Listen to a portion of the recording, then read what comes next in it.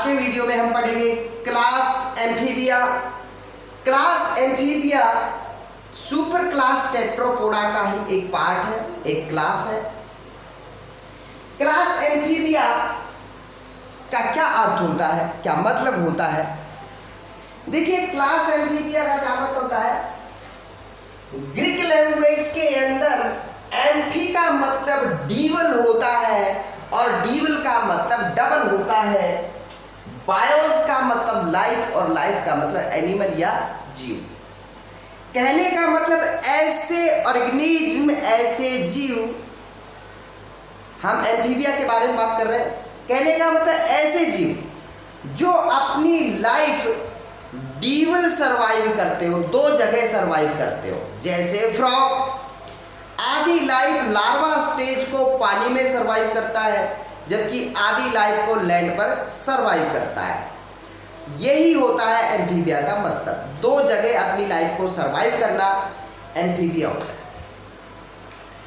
Amphibia के 3 order है। Class amphibia के 3 ऑर्डर है, एपोडा, यूरोडेला और एन्यूरा। एन्यूरा के अंदर फ्रॉग आते हैं।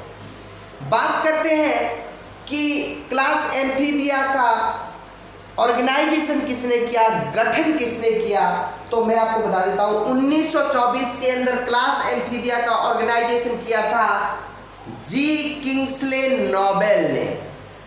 उसके बाद बात करते हैं इनके जनरल कैरेक्टर के। तो जनरल कैरेक्टर में हम आपको बता देते हैं, सबसे पहला कैरेक्टर मैंने इंपॉर्टेंट कैरेक्टर लिया है कि ये एनिमल कोल्ड ब्लडेड एनिमल होते हैं। इसका मतलब ये होता है, कोल्ड ब्लडेड एनिमल का मतलब होता है ठंडे खून वाले एनिमल। ये एनिमल जो होते हैं, इनका जो टेम्परेचर होता है एनवायरनमेंट के अकॉर्डिंग कम या ज़्यादा होता रहता है, जबकि हमारे अंदर ऐसा नहीं होता, अपने अंदर ऐसा नहीं होता। अपने अंदर 37 डिग्री ही रहेगा, चाहे कितनी ज़बरदस्त ठंड पड़ ले, चाहे कितनी ज़बरदस्त गर्मी पड़ ले, अपनी बॉडी का टेम्परेचर सेम रहता है। लेकिन इनके अंदर ऐसा नहीं होता, बॉडी का टेम्परेचर एनवायरनमेंट के अकॉर्डिंग चेंज हो जाता है।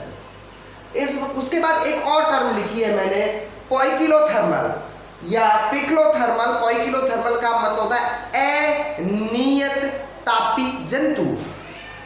इसका मतलब ये रहता है कि ऐसे एनिमल जो अपने बॉडी के टेम्परेचर को कंट्रोल नहीं कर पाते, नियत या रेगुलेट नहीं कर पाते।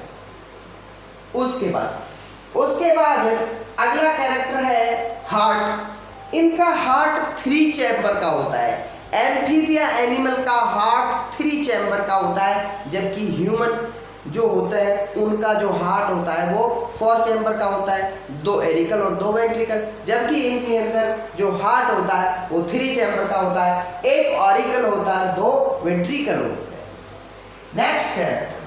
नेक्स्ट कैरेक्टर है एक्सक्रिएशन। एक्सक्रिएशन इनमें किडनी के द्वारा होता है और इनकी जो किडनी होती है वो मीजोनेफ्रिक टाइप की होती है। उसके बाद बात करते हैं क्लास एम्फीबिया के अंदर, जैसे मोस्टली हम कॉमन एग्जाम्पल लेते हैं फ्रॉग का। तो फ्रॉग जो होता है अपनी आधी लाइफ के अंदर, कहने का मतलब लार्वा स्टेज के अंदर अमोनिया को एक्सक्रिएट करता है, जबकि अपनी अडल्ट स्टेज में वो यूरिया को एक्सक्रिएट करता है। अब एक्सक्रिएशन की डेफिनेशन तो शायद आपको बताने की आवश्यकता नहीं, फिर भी मैं आपको बता देता हूँ। देखिए, मेटाबॉलिक एक्टिविटी के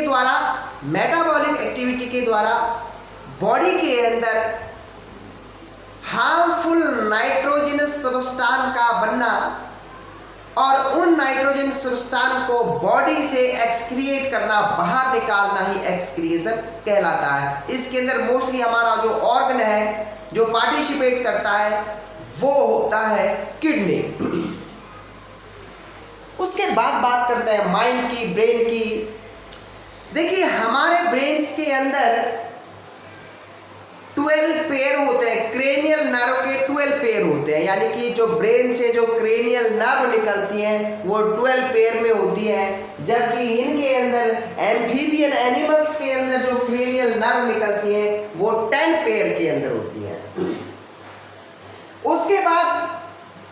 इंपॉर्टेंट कैरेक्टर और मैं आपको बता देता हूं, इन एनिमल्स के अंदर क्या होता है कि रिप्रोडक्टिव ट्रैक्ट और एनस सेपरेट नहीं होते, अलग अलग नहीं होते, बल्कि इनकी जो एलिमेंट्री कैनाल है, यूरिनरी ब्लैडर है और जेनिटल डक्ट है, वो तीनों एक ही पोर के अंदर खुलती है जिसको बोलते हैं क्लोएका, CLOACA। तो इनके अंदर कोई जिसको कहे जेनिटल ट्रैक या रिप्रोडक्टिव ट्रैक और एनस अलग अलग नहीं होते, बल्कि एक ही छिद्र में खुलते हैं। एनस या एलिमेंट्री कैनाल, यूरिनरी ब्लैडर और जेनिटल डक्ट, ये तीनों एक ही एपरेचर में खुलते हैं और उसको बोलते हैं क्लोएका एपरेचर, अवस्कर छिद्र, CLOACA। उसके बाद हम बात करते हैं नेक्स्ट कैरेक्टर की। तो नेक्स्ट कैरेक्टर है फर्टिलाइजेशन किस टाइप का होता है। तो एम्फीबियन एनिमल्स के अंदर जो फर्टिलाइजेशन होता है वो एक्सटर्नल होता है। एक्सटर्नल का मतलब होता है मेल अपने एग को बाहर छोड़ देता है, मेल अपने स्पर्म को बाहर छोड़ देता है और फीमेल अपने एग को बाहर छोड़ देती है, पानी में छोड़ देती है और फिर फर्टिलाइजेशन हो जाता है। इस टाइप का फर्टिलाइजेशन कहलाता है एक्सटर्नल फर्टिलाइजेशन। उसके बाद नेक्स्ट कैरेक्टर है, ये ओविपेरस होते हैं। ओविपेरस का मतलब होता है एग लाइंग एनिमल होते हैं, ये अंडे देते हैं। उसके बाद इनके एग्जाम्पल इक्थियोफिस, सैलोमेंडर एक लिजार्ड की तरह होता है, छिपकली की तरह होता है सैलोमेंडर। Ichthyophis, सैलोमेंडर, Rana टिग्राना frog, हाइला frog, Bufo frag, सभी इस क्लास एम्फीबिया के मेंबर हैं। उसके बाद बात करते हैं क्लास रेप्टिलिया, क्लास रेप्टाइल। देखिए सुपर क्लास टेट्रोपोडा का पहला क्लास था एम्फीबिया और दूसरा क्लास था रेप्टिलिया। अब हम बात करेंगे रेप्टिलिया की। देखिए रेप्टिलिया का मतलब ये नहीं कि वो एनिमल जो यूं जिगजैग मोशन में लहरा कर चलते हो, नहीं। देखिए रेप्टिलिया के अंदर वो एनिमल आते हैं जो अपनी बॉडी की जो सरफेस है उसको जमीन से, लैंड से सटा के चलते हैं, इस तरह से यूं। ऑब्वियसली आपको एक बात बताएं तो जैसे जो मॉडल जो होते हैं जो रैप करते हैं, आपने देखा होगा उनके कपड़े मतलब जमीन में ऐसे घिसटते हुए चलते हैं, उसी को बोलते हैं रैप करना। तो इस तरह से इन एनिमल्स की जो बॉडी होती है जो लैंड से बिल्कुल सट कर चलती है, बिल्कुल अटैच होकर चलती है, ऐसे एनिमल रेप्टिलिया कहलाते हैं। जैसे स्नेक है, लिजार्ड है, क्रोकोडाइल है, एलिगेटर है, बहुत सारे एनिमल है। तो हम बात करते हैं रेप्टाइल की। रेप्टाइल जो क्लास है उसका ऑर्गेनाइजेशन बोगार्ट ने किया था। रेप्टाइल के अंदर 7000 स्पीसीज इन्वॉल्व की गई है। एक इंपॉर्टेंट बात बता दें कि रेप्टाइल्स का जो ओरिजिन हुआ था वो हुआ था मीसोजोइक एरा के अंदर, मीसोजोइक पीरियड के अंदर, और जुरासिक काल के अंदर रेप्टाइल का गोल्डन पीरियड कहा जाता है। जुरासिक काल के अंदर ही ये रेप्टाइल बहुत बड़े साइज के हुआ करते थे जिनको हम डायनासोर के नाम से जानते हैं, लेकिन आज ये नहीं पाए जाते। डायनासोर रेप्टाइल में ही आते हैं। देखिए रेप्टाइल के जो एंसेस्टर है, यानी कि रेप्टाइल किससे ओरिजिनेट हुए थे, तो रेप्टाइल के जो एंसेस्टर थे वो एम्फीबियन थे। रेप्टाइल एम्फीबियन से ओरिजिनेट हुए हैं, हमने लिखा है ना एम्फीबियन एंसेस्टर। उसके बाद इनके कैरेक्टर की बात करते हैं।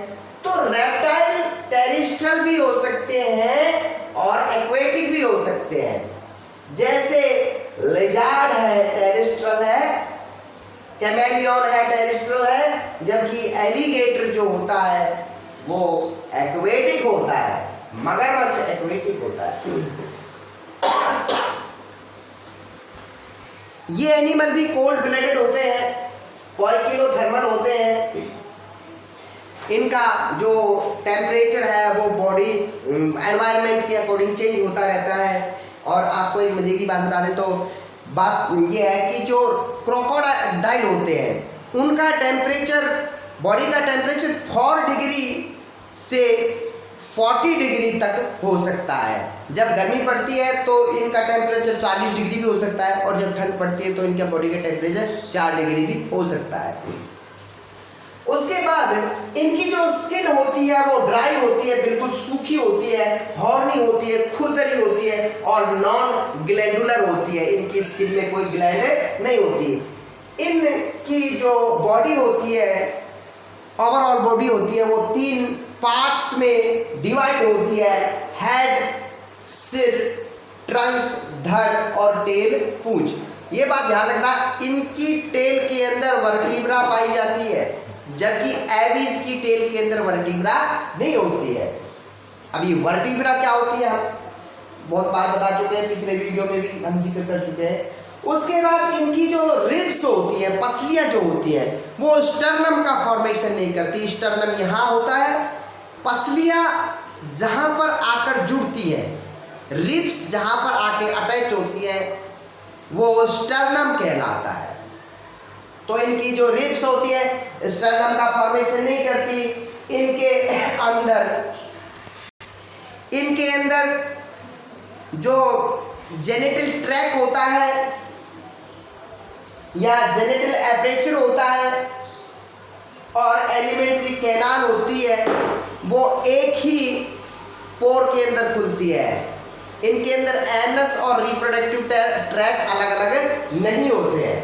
उसके बाद बात करते हैं, इनका जो हार्ट होता है वो 3 चैम्बर होता है, लेकिन क्रोकोडिलिया के अंदर, ऑर्डर जो क्रोकोडिलिया है उसके अंदर हार्ट में 4 चैम्बर होते हैं। ओनली फॉर क्रोकोडिलिया के अंदर, एलिगेटर के अंदर, मगरमच्छ के अंदर ही हार्ट में 4 चैम्बर होते हैं, बाकी सब के अंदर 3 चैम्बर होते हैं। उसके बाद बात करते हैं रेस्पिरेशन की। रेस्पिरेशन इनके अंदर कॉमनली लंग्स के द्वारा होता है। उसके बाद क्रेनियल नर्व इनके अंदर जो होती हैं वो 12 पेयर में होती हैं, अर्थात अपने ह्यूमन की तरह ही 12 पेयर में जो क्रेनियल नर्व होती है, जबकि एम्फीबियन के अंदर 10 पेयर, हमने अभी आपको बताया था कि एम्फीबियन के अंदर 10 पेयर होते हैं, जबकि रेप्टाइल के अंदर क्रेनियल नर्व की, ब्रेन से निकलने वाले नर्व की जो नंबर होते हैं वो 12 पेयर होते हैं। उसके बाद फर्टिलाइजेशन इनके अंदर इंटरनल टाइप का होता है, और ये कुछ जो होते हैं वो ओविपेरस भी हो सकते हैं, कुछ विविपेरस भी हो सकते हैं। ओविपेरस जैसे टॉर्टोइस अंडे देता है। कुछ स्नेक, सांपों की प्रजातियां होती हैं जो अंडे भी देती है और कुछ बच्चे भी देती है।